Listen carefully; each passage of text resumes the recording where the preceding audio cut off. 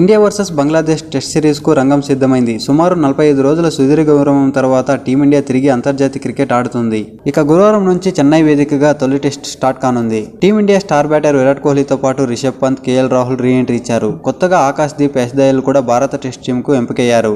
దాంతో భారత్ తుది జట్టు ఎంపిక ఎలా ఉంటుందనేది ఇంట్రెస్టింగ్ గా మారింది. ఇకపోతే మన టీమిండియాను ఒక సమస్య అయితే వెంటాడుతుంది. ఆ సమస్య ఏంటనేది ఈ వీడియోలో చూద్దాం. ఇక వీడియోలోకి వెళ్లే ముందు ఒక చిన్న రిక్వెస్ట్, మీరు గనక ఈ ఛానల్ ని సబ్స్క్రైబ్ చేసుకోకపోతే సబ్స్క్రైబ్ చేసుకోండి. అలాగే వీడియోను తప్పకుండా లైక్ చేయండి. ఇక మన టీమిండియాను వెంటాడుతున్న సమస్య ఏంటంటే స్పిన్ బౌలింగ్. ఒకప్పుడు స్పిన్ బౌలింగ్ అంటే భారత్ జట్టుకు ప్రధాన ఆయుధం. ముఖ్యంగా టెస్టుల్లో స్పిన్ బౌలింగ్ అంటే భారత బ్యాటర్లు, బౌలర్లు పండుగ చేసుకునేవారు. ముందుగా బాల్తో సత్తా చాటి ఆ తర్వాత బ్యాట్తో మెరిసి విజయాలను నమోదు చేసేది. రాహుల్ ద్రావిడ్, సచిన్ టెండూల్కర్, సెహ్వాగ్, ధోని, లక్ష్మణ్ స్పిన్ బౌలింగ్ను అలవుకోగా ఆడేవారు. కానీ ప్రస్తుత భారత ఆటగాళ్లు దారుణంగా విఫలమవుతున్నారు. స్పిన్నర్లను పేస్ చేయలేక పేలెన్కు కీ కొడుతున్నారు. కోహ్లీ, రోహిత్ శర్మ వంటి మెయిన్ ఆటగాళ్లు కూడా స్పిన్ బౌలింగ్ కు ఇబ్బంది పడుతున్నారు. గత కొంతకాలంగా 3 ఫార్మాట్లలో భారత ఆధిపత్యం చెలాయిస్తున్న స్పిన్ ఆడటంలో మాత్రం భారత బ్యాటర్లు తడబాటు కొనసాగుతూనే ఉంది.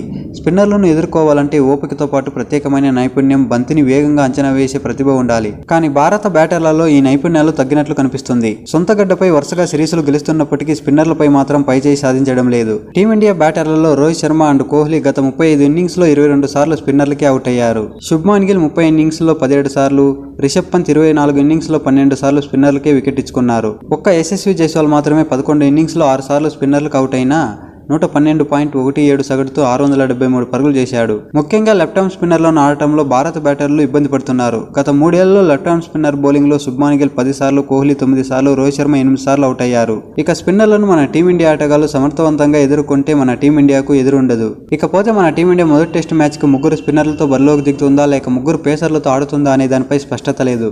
చెన్నైలోని చెపక్ మైదానం స్పిన్కు అనుకూలంగా ఉంటుంది. కానీ ఈ మ్యాచ్ కోసం రెడ్ సాయిల్ పిచ్ సిద్ధం చేసినట్లు వార్తలైతే వస్తున్నాయి. అంతేకాకుండా వికెట్ పై కాస్త గ్రాస్ కూడా వదిలేశారని, పేసర్లకు అనుకూలంగా ఉండేలా సిద్ధం చేశారని కొన్ని వెబ్సైట్ అయితే పేర్కొంటుంది. మరికొన్ని వెబ్సైట్స్ మాత్రం స్పిన్ పిచ్ అని అంచనా వేస్తున్నాయి. ఇక బౌలింగ్ వ్యూహంపైనే టీమిండియా కాంబినేషన్ ఆధారపడి ఉంటుంది. 3 స్పిన్నర్లతో బరిలోకి దిగితే మాత్రం రవిచంద్రన్ అశ్విన్, రవీంద్ర జడేజా, కుల్దీప్ యాదవ్లకు తుది జట్టులో చోటు దక్కుతుంది. ఇక అక్షర్ పటేల్ బెంచ్కే పరిమితం కావాల్సి ఉంటుంది. పేసర్లుగా జస్ప్రీత్ బుమ్రా, మహమ్మద్ సిరాజ్ బరిలోకి దిగుతారు.